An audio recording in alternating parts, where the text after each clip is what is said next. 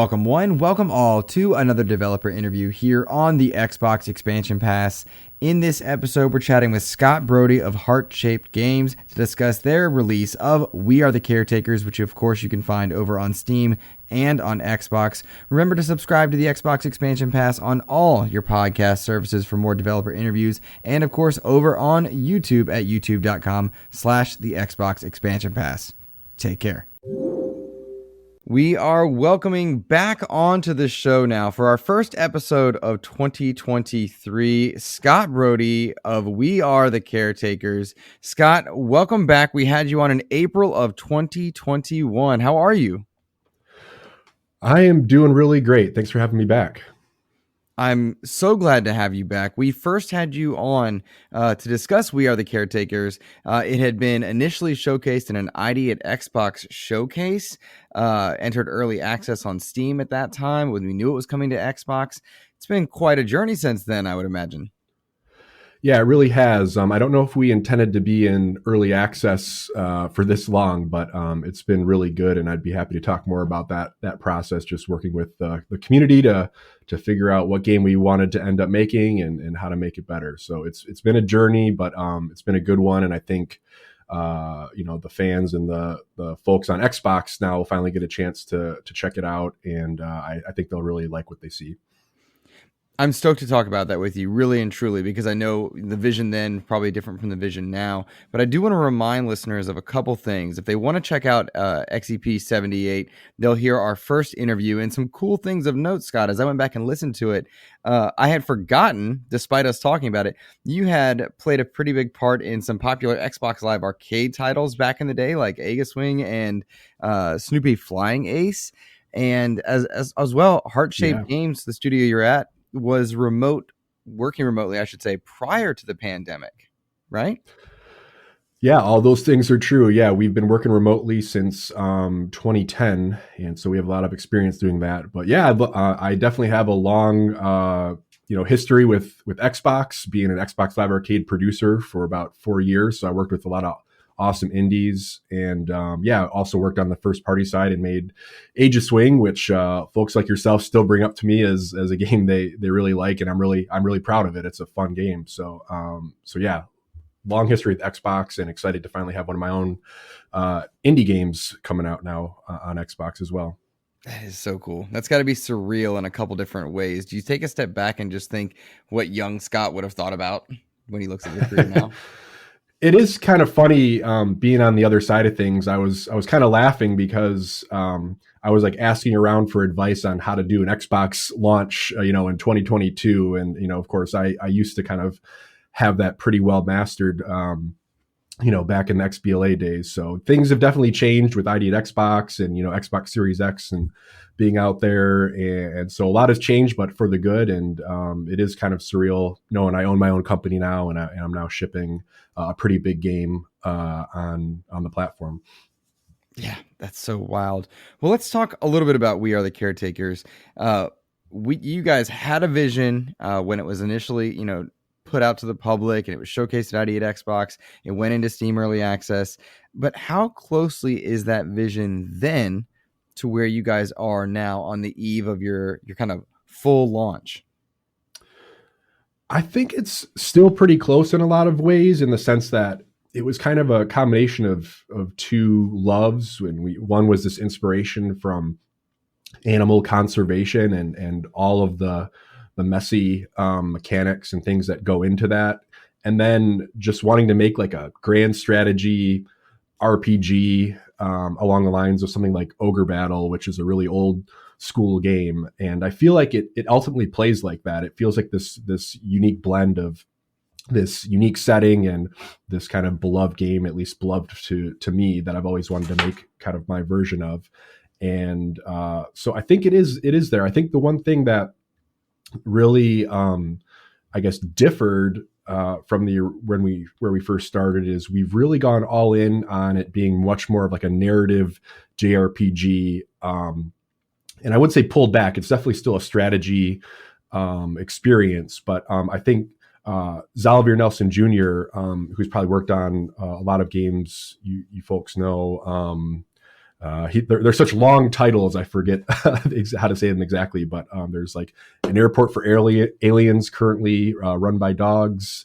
There's the organ trading simulator that just came out last year, I think.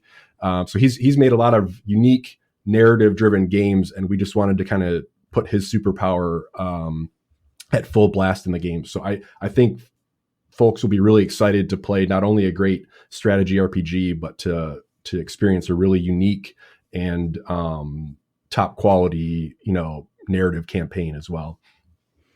That narrative is a pretty big part of the game now, as you say, but also was a pretty big element when we first talked. Conservation being a big factor of that, and trying to put the player into a role where they kind of empathize with those working in conservation. Could you talk a little bit about that? Yeah, so the game is about that on the I would say at like a metaphorical level. There's definitely animal protection and conservation themes running throughout the game. The core action of the game is protecting this kind of alien, large megafauna called the Ron. That's sort of a rhino-like, elephant-like creature that's being poached. But they're being poached by sci-fi poachers and aliens, and we've got this really exciting sci-fi setting to wrap everything up in. So it's definitely there at the center of the game. But really what we wanted to hopefully bring out is, with this kind of exciting sci-fi experience and world we've built, to really draw attention to some of these unique dynamics we experienced in our research around poaching and animal conservation. And I think players will really get exposed to some of the things that we were surprised by, like how much the surrounding communities play a part in this, and how little resources the Rangers, who are kind of modeled as the caretaker faction in our game, have to deal with just working with not as many people and not as many resources to do their job. So it's definitely there, and it's definitely at the center of the narrative. But I think it takes some fantastical twists from there, from that kind of core idea. With the idea being that they don't have enough people to kind of get the job done in the way that they want, does that mean it's a losing battle? In a lot of ways, it's a losing battle, in the sense that if they had more and better trained and better equipped people, there may be less losses, and a lot of it comes down to support from communities, governing bodies, and things like that all would help. And so it's with the lack of some of those support systems, it is a losing battle in a lot of ways. I think recently there have been some gains. I haven't looked at all the numbers recently of real world animal poaching and things like that, but it's definitely a losing battle in some ways. I think in our game, what we try to do is paint a path and a future for how it could be a winning battle, and and just exposing multiple strategic paths in your gameplay that model some of the real world paths that we could be taking. And I think it's interesting to explore kind of how all those things can work together to change the outcomes we currently have. I want to give listeners an idea of what your game looks like. But when I read the description, I'm going to need you to elevator pitch it for us as well. It's described on your website as an Afrofuturistic sci-fi squad management RPG. And that is a lot to take in, but you're talking about some of these mechanics and whatnot. Can you give listeners kind of an idea of what it is they experience when they jump in? Yeah, so I've been describing it, and it's a little bit of a new genre, I guess, in terms of how to describe a game. But I've been describing it as a grand strategy JRPG, and a couple of those changes are important from how we previously talked about the game. So the game operates on kind of three levels. So you run the caretakers, which is a secret, you know, faction in the future that has been protecting the society of Shadra under this high-tech barrier for thousands of years. And the start of the game is basically the inciting incident where people are getting through that barrier. There's alien activity, and now your animals and your society are under threat. And so now you need to deal with that threat at multiple layers, much like a grand strategy game. You've got a headquarters that you need to manage where you can do technology, you can upgrade and level up. You know, you get up to 100 different characters across 30 different job classes, and then you're organizing them into squads. You're dealing with poachers that you have detained in the field in the what's called the atrium in your headquarters. So there's lots of kind of typical like XCOM-y, Darkest Dungeon headquarters type stuff. And then you go into missions that send you out into the field, which is sort of an RTS-with-pause gameplay, where you're assessing the field, you're capturing territories, you're getting information from some of the towns in the area, and then you're trying to track poachers and animals to both protect the animals and engage with the poachers. And then once you engage with one of your units with a poacher unit, you'll go into a unique turn-based combat style encounter, which where the J in our JRPG comes in. It plays much more like a JRPG combat system than say something like an XCOM, a tactical system. So it's a really unique blend of gameplay types, but the core idea is that you're dealing with problems at the highest of high levels in your headquarters and at like the micro levels in combat, and all of them, all of the actions you take at all the levels play into your kind of top level resources that you're managing, which are your reputation, your funds, and your technology that will get you through to hopefully avoid extinction of the Ron species and get you to the end of the campaign. There's definitely like a lot of that sci-fi element as you mentioned there, and the art style seems to be pretty suggestive of sci-fi as well. Was there a decision made to kind of go that route versus something maybe more? I don't know if realistic's the right word, but yeah, maybe I'm going. Absolutely no. I think that was a core consideration very early on the project of how real world, maybe militaristically do we want to depict this, or how fantastical do we want to go with it? And ultimately, we were inspired by the art of our art director, Anthony Jones. He goes by Robot Pencil online. He's just a fantastic concept artist and general artist. He did all of the character art and lots of the UI and design and things like that,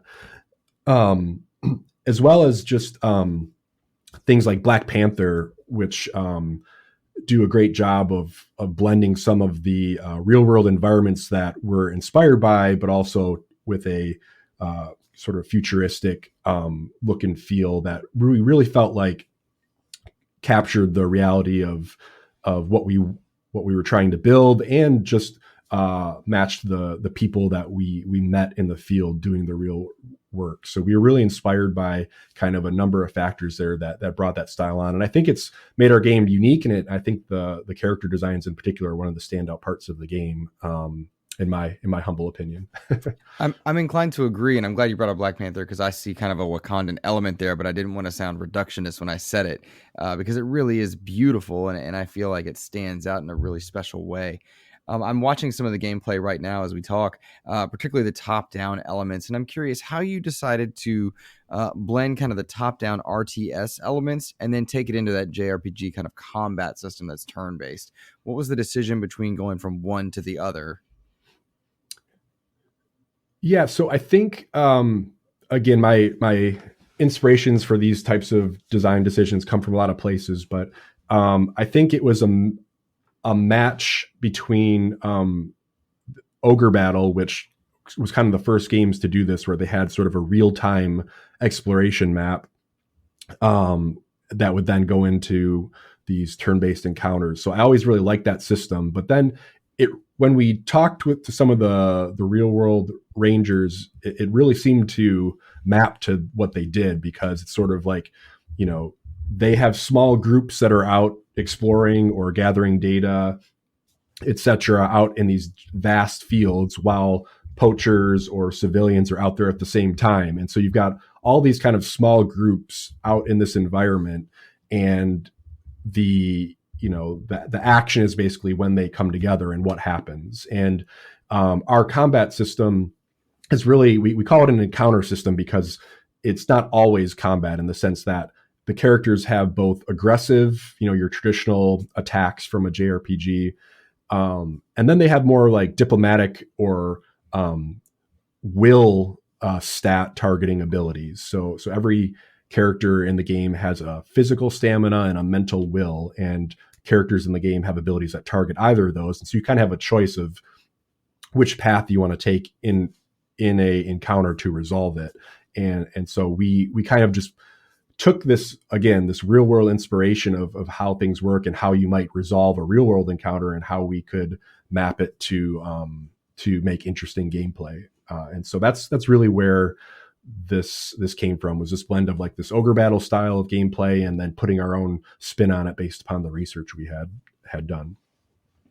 That's a really cool kind of way to take it, and I like the concept of will and diplomacy being as game mechanics. And when I watch gameplay, I see kind of those standard combat tactics. You choose an ability, it causes damage, etc. But when you factor in the will and diplomacy element, I think that adds a different dynamic to it that maybe players wouldn't be expecting initially. How much work did it take to kind of get that in there and working the way you guys wanted it to? Is that a viable option? Would you play an entirely diplomatic run through of it? Well, actually, one of our hardest achievements is actually a pacifist run. So you absolutely can do a pacifist run. It's very difficult, or at least if not difficult, potentially more time consuming, because it's a lot easier just to go in and try to use your aggressive abilities to resolve things, but your reputation will suffer, and the threat meter will go way up faster, and so the enemies will run from you. So it's definitely viable. But usually what ends up happening is you take a balanced approach, to where you might need to stun a frontline opponent to stop them from using their aggressive actions, while you use a couple of will damaging abilities to kind of break them down and make it so their attacks aren't as effective, etc. And you kind of use a balance of these abilities in most cases to kind of make sure that it gets resolved, but in the least damaging way possible. I kind of skipped over a key feature of the encounter, which is the threat system. And so basically, as a way to kind of balance out just the dominant choice of always using the aggressive abilities, the threat meter basically goes up and down based on the types of abilities you use. And if it gets too high, then you start getting basically effects that affect all abilities later in the encounter. So maybe at threat level 3, your characters will start having way more successful aggressive abilities and way less successful mental attack abilities, and maybe mental defenses start to go down for all characters at the same time. And so you can actually hover over the threat bar to kind of see what the new environment is at every level, and it changes kind of how you need to play, because now there are these kind of changes to what's most effective in that environment. So it's kind of interesting, and it's really ultimately a system that's meant to balance out just going with one type of attack the whole time. And I think it works pretty well. But honestly, it's come together, I think, in its best state late here. So I don't think a lot of players have actually played what I think is like the best version of it here. So I'm excited for everyone to play the final version and really experience the kind of choice space there. See, that's interesting to me because you talked at the top of the interview about how much player feedback has kind of changed what you were going for. Maybe not changed, but kind of impacted early access, informed you guys as to how things were going. And now you have a feature that is uh, not widely known, I guess, by that audience. Are you like, I know you're excited for it, I should say, but what is it you're expecting to see change amongst the player group that's been working with it? Yeah, it's a great question. I think a lot of the early access players have been really clear about, I guess there was the first level of just like, let's get the polish up, let's get bug fixes in, let's add quality of life features we needed. So I do think from the start of early access till now, it's just a better experience, and it has a lot more of the overall features and things you would expect.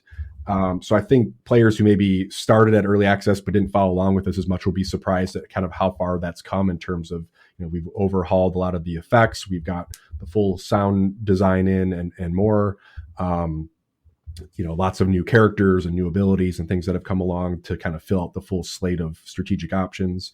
But I do think, to me, it is a bit of like all of the fine tuning that has gone into the balance. So it feels like more of an overall, like there's actual choices in place. Mm-hmm. And this is a little off your question, I guess, in terms of like the core systems, but it's really, I think we've presented this this view of the game of having this big alien encounter, and I think through the first 3 acts of the game, it's really sort of teased, or we're actually actively trying to make you forget about the aliens by having you face other threats. And so really what I'm excited about is that the 4th era of the campaign is going to go live, and it's all aliens all the time. And so you're finally going to kind of see what's going on with them, why they're here, what they care about, and a notch up of, I guess, challenge as well. So I'm really, really excited for the kind of the surprise of what people will see in the 4th era.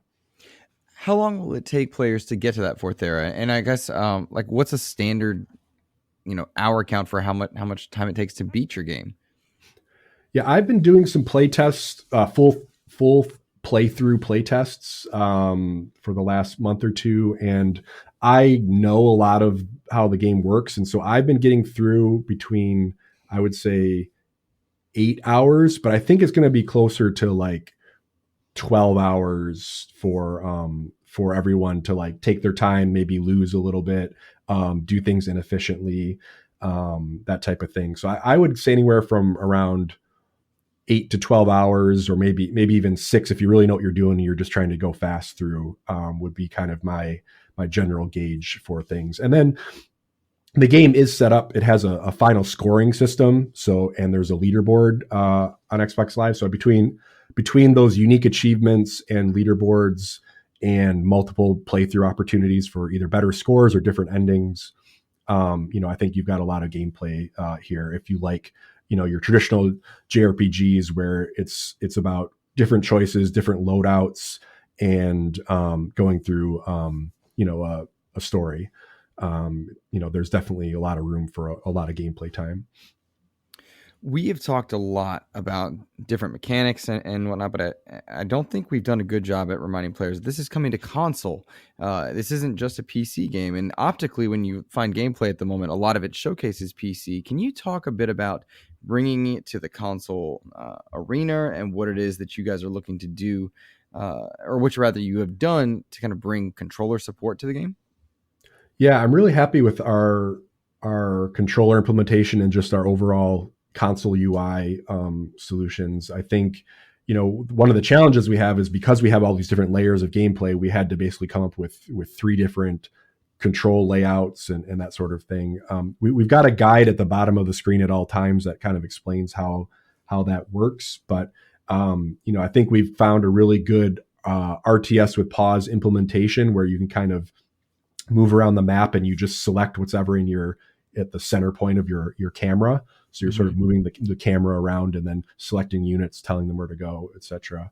But to me, it just feels right on console, especially in combat, where you can kind of just navigate the menus quickly, pick your targets like you would your your traditional JRPGs. So I think there's a lot of things that just feel more natural on console than PC that I'm really excited about. Just the game seems to flow faster and flow right on there overall. So I'm just overall excited about how the setup works and how the game looks on Xbox Series X.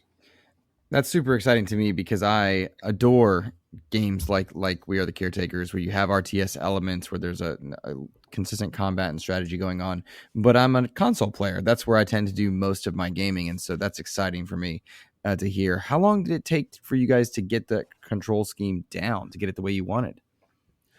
I would say, honestly, we entered early access with controller support, but I think there were a lot of challenges with it. So I would say, honestly, the last year and a half of refinement, we used all of that time to really get it right. And so there's a lot of effort and work that went into not only just getting the right control scheme down, but making it feel natural. And we just added some other quality of life features, like, for example, in combat.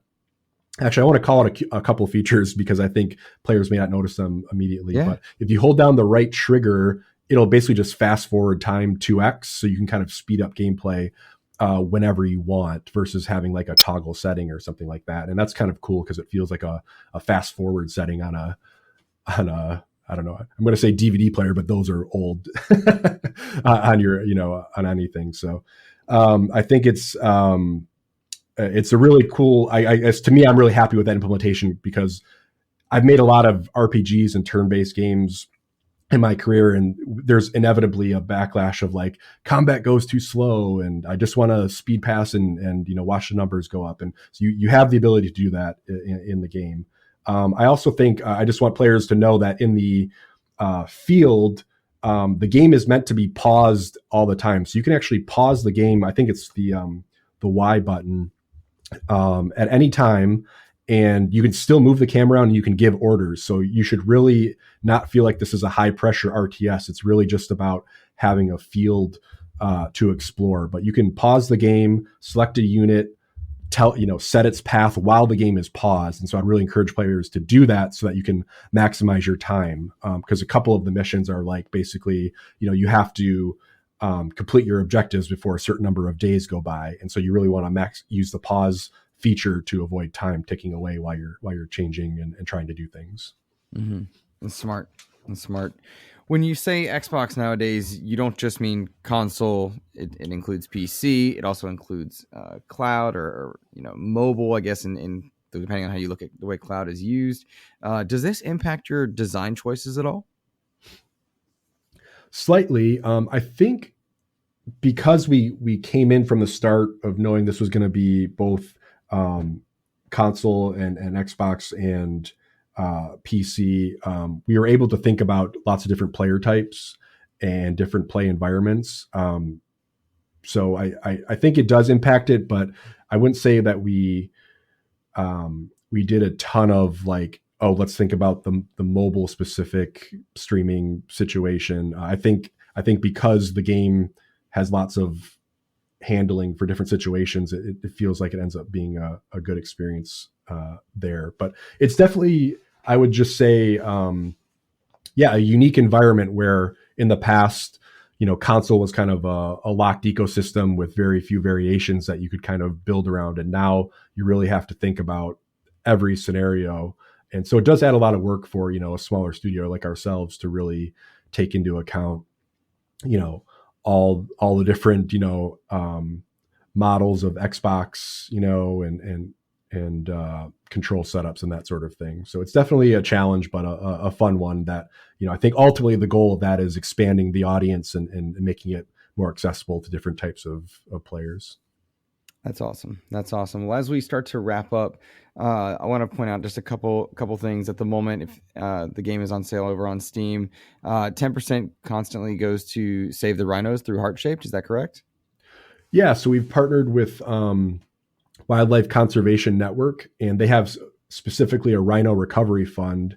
And they're a great organization. 100% of any donations that we send to them goes directly to the people doing the work. There's no like overhead fee or management fees. They've got a really cool setup where all your funds can go there. So it's really just about, how many sales can we have so that we can have the biggest impact, to pass on to them. But really great programs, really great cause that, over the 4.5 years of development, we've, become close to and care about. And so we're really excited to be able to support them with our game as well.